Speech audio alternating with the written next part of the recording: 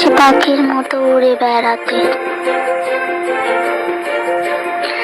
ইস, আমার যদি পাখির মতো ডানা থাকতো।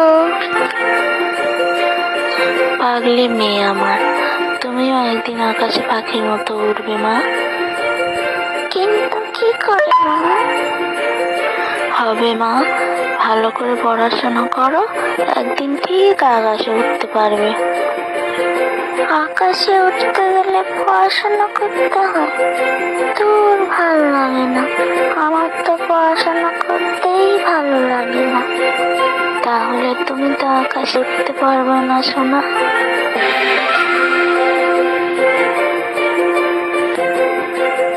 পাগলি আমার, চলো খেয়ে নেবে, চলো।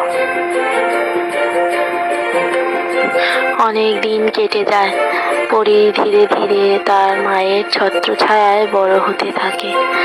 বাবা অনেক দিন আগেই মারা গেছেন, তার মাই সব। মা বলেছে আকাশে উঠতে গেলে তাকে অনেক পড়াশোনা করতে হবে। তাই সে পড়াশোনার প্রতি অনিচ্ছা থাকলেও সে অনেক পড়তে থাকে।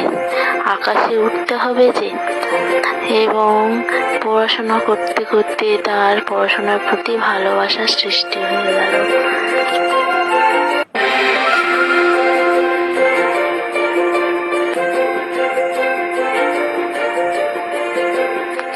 জানিস তো, মা লোকের বাড়ি কাজ করে আমাকে পড়াশোনা শেখাচ্ছে। আমি ভাবছি কিছু টিউশনি করাবো, তাহলে মায়ের কষ্টটা কিছু কমবে, বল, তাই না? তাহলে অত মায়ের উপর চাপ পড়বে না। হ্যাঁ রে, তাই করিস, আমার মনে হয় তাতেই ভালো হবে। এতগুলো বছর কষ্ট করে কাল সেই দিন, তাই না রে সোনা? হ্যাঁ মা, কাল সেই দিন, কাল সকাল 10টায়।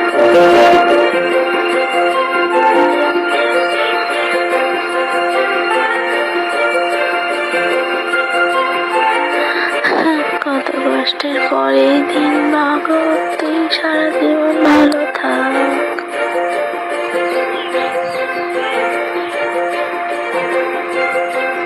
কেঁদো না মা, কালকের দিনটার জন্যই তো তুমি এত কষ্ট করেছ। দেখ মা, আজ তুই আকাশে পাখির মতো উড়বি।